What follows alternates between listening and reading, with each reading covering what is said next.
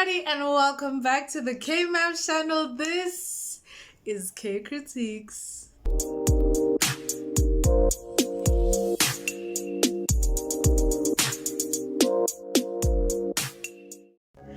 I don't know if you can tell that I was excited from that intro because today we are talking about The Wife Season 3.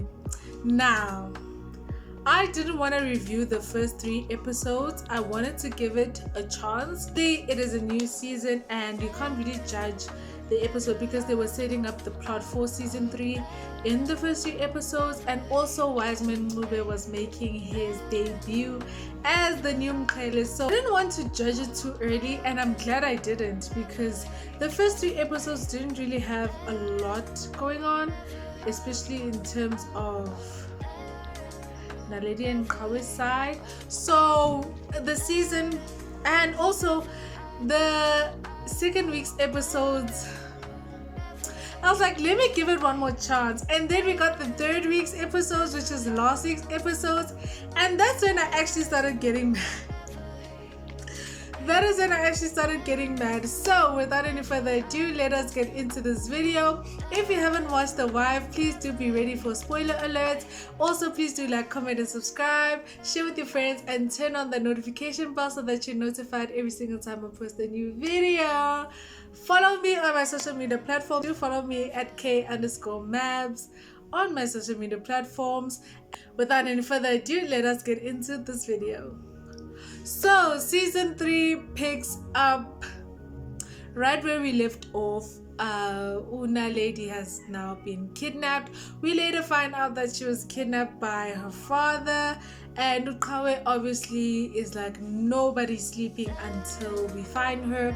Zandile, the cops are after her because Mondli posted an expose showing that she escaped from jail, so she now has to go on the run. Sambulo is alive. He's back from the dead. He didn't come back alone. He is back with Mqhele. Mqhele has entered the chat, and honestly, I love Mqhele. She's gangster, but I love her so much. Now let us get into Qhawe and Naledi. So Qhawe finds the location where Naledi is, and she's in Rustenburg. She is about to get married because her father, being a chief, has decided to marry her off, and this is what pissed me off. I hate to do this because I am a book reader. I've read the books before and I've tried to be a bit lenient, but Stained Glass promised us that they were not going to deviate too much from the books, that they were going to try and stick as close to Naledi as possible. And Naledi is literally the simplest book. It's the simplest book. There isn't really a lot of outside interference. It's just Qhawe and Naledi one way. But Stained Glass, when I catch you, Stained Glass, when I catch you. Guys, can I just read this part, which is what makes me mad? Because was there a need for Naledi to get kidnapped? No, there wasn't. Was there a need for her to be forced to get married? There wasn't. Was there a need for Nkcobo to get exed? There wasn't. There really wasn't a need. There wasn't a need at all. And I'm actually tiffed. I don't know how to feel, hey, but I am angry about, guys, the Monso family. Like Naledi, the family dynamics that they made Teddy hate Naledi. They bring the sibling rivalry. They turned Untate into this monster, and I'm just like, why? Why is there was there a need? Can I just read a little snippet of the book, which is the part that made me and most of the other book readers angry. In the books, Naledi goes to visit her father. She goes to visit her father and Qhawe follows her. And then because he's the chief, he has to attend this event. And when he's there, there's this other guy who's also from royalty, Ulitswalo, who shows up and wants Naledi. He's an opportunist, obviously, because she's the chief's daughter and the chief doesn't have sons. He's an opportunist and he sees a chance that maybe if he marries her, he might be able to take over the kingdom or whatever. And also tenders and stuff like that. But then obviously Naledi is not interested, and Untate Zongo wasn't really paying attention to that guy. But obviously Qhawe sees the guy and he gets sort of insecure and jealous. He literally barges in to her father's house without even knocking. He's like, I'm here for Naledi. So now Naledi is trying to explain the situation to her father, that this is the reasoning behind Qhawe's actions. He didn't really mean to be disrespectful. He is a very respectful man and he values family and he knows that what he did is wrong. So then this is what Naledi's father says. Since when do I choose men for my daughters? You're 29 years old, Naledi. If I was planning to choose a man for you, I would have done it a long time ago, he says.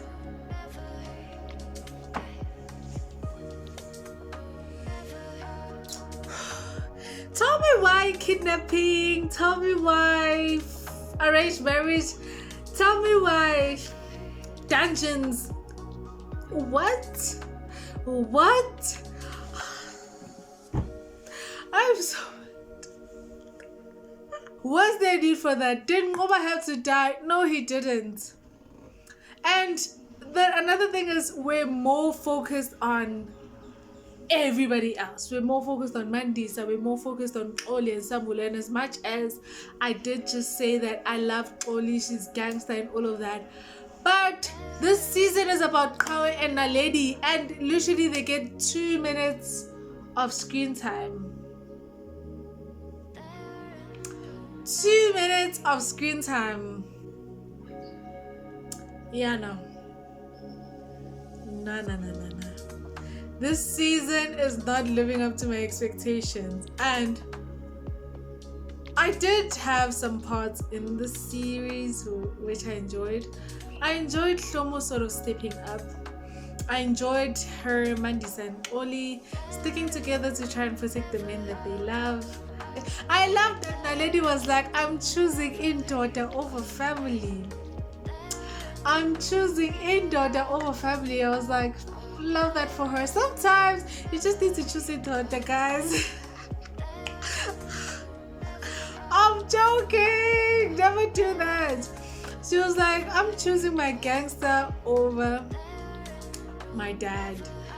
But at the same time, I was also just like happy at the funeral when Mabi, like Mavimela, like she was teaching her how to watch the tribe, how to cook, and she was like, when we go to Mbau, I'm gonna teach you how to cook on the fire, and I'll just make sure that you know how to be a Zulu wife. And I was just like, guys, we need more mother-in-laws like this. We need more mothers-in-laws like this in society in general. And honestly, I just loved that dynamic. I loved how they all got along. And the little glimpses of Qhawe and Naledi that we did see, I loved it. The ashtray part, I was like, oh, jump scare. But it did happen in the book, but it didn't happen that way in the book. I wish it happened the way it happened in the book, because if you know, you know. If you read the books, then you know what happened after that ashtray scene. But you know what? We'll take it. And also, I just wanted to talk about the new Mqhele. I just enjoy Wiseman as Mqhele. I know this is probably an unpopular opinion. I know there are people out there who are like wishing that Bonko Koza would come back, but I like Wiseman as Mqhele, and I so wish he was the Mqhele from the beginning. Like, he's the Mqhele that we deserved. Like, and obviously him coming in season 3, where every character who's on the set has already built a bond, built a relationship, built that character chemistry, and he's coming in, taking over a role as someone's husband. If he was taking over maybe before Mqhele and Hlomu got married, that would be more understandable because they're getting to know each other. Now they're married, so the chemistry has to be there, right? But then obviously as the time goes, like last week's episodes, their chemistry was off the charts. At that funeral, their chemistry was off the charts. Like, you can literally see the chemistry building between the two of them as he gets more comfortable in the role. And I even said this on Twitter, and I even said it on Facebook, and I will keep saying it. Wiseman is killing it as Mqhele, in my honest opinion. My opinion, you don't have to agree with it, but it's my opinion. I think he's doing a great job as Mqhele, and I wish you got him as Mqhele from the very beginning. And also, I hate how they sort of made the Zulu brothers weak last week.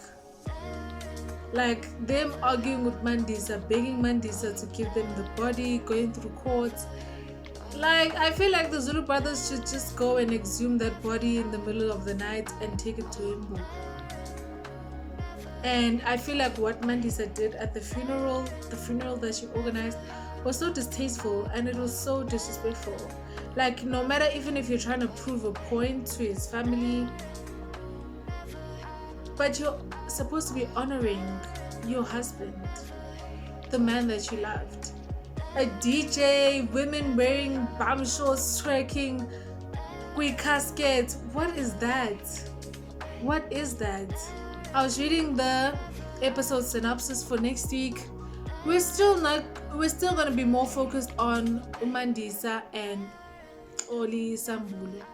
So I'm like, Kanti, this season, is it not about Qhawe and Naledi? Or did we miss something? Because they don't really have a lot of scenes, hey? They don't really have a lot of scenes.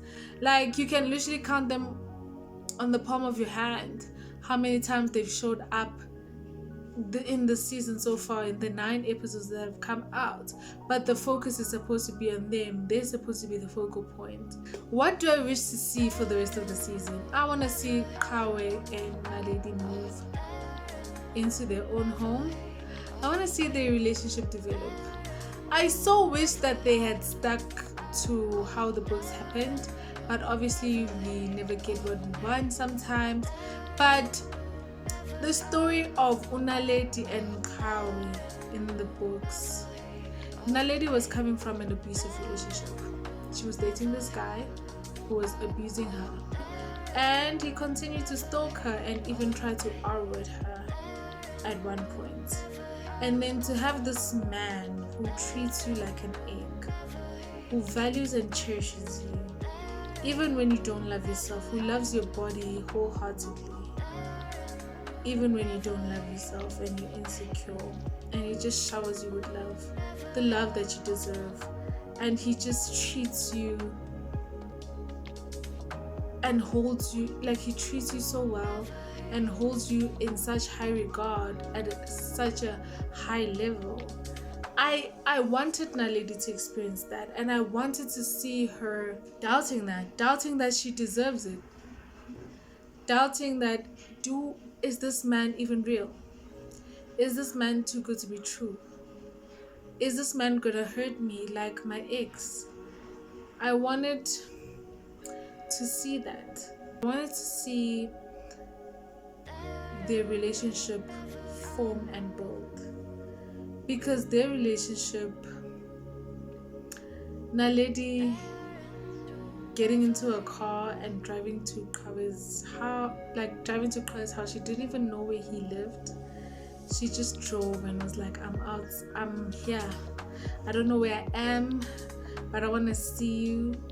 And when he showed up, she was like, you just left me, you did this to me, you made me feel like this, and then you're gonna leave me. And he's like, what did I do to you? And she's like, you made me fall in love with you. I wanted to see that. Other things that I hope to see in this season: Qhawe kicking her out at 4 a.m. in the morning. That was the funniest thing in the book for me, when he kicked her out at 4 a.m. in the morning. Ah! I wish we could see everything else. I wish we could see how they fit together. I wish we could see Naledi fighting to keep her independence.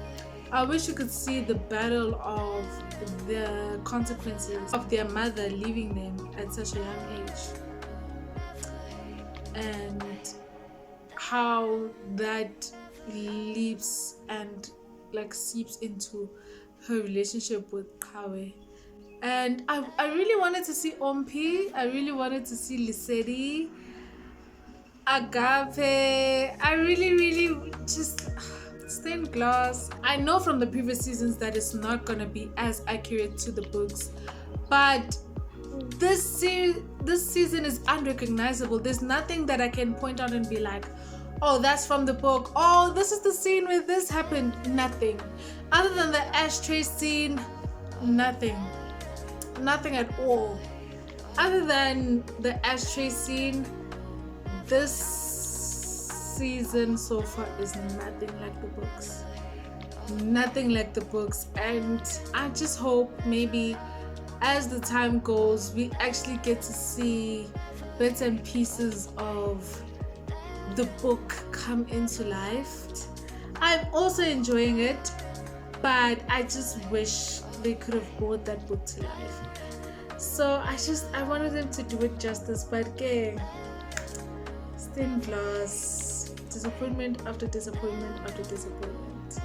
But anyways, guys, that was my review of season 3 so far of The Wife. Please do let me know your opinions down in the comment section. What do you think about how the series is going? Are you enjoying it? And also please do like, comment, subscribe, turn on your notification bell so that you are notified every single time I post a new video. Follow me on my social media platforms. It's K_Maps, and I will see you guys in the next video. Bye.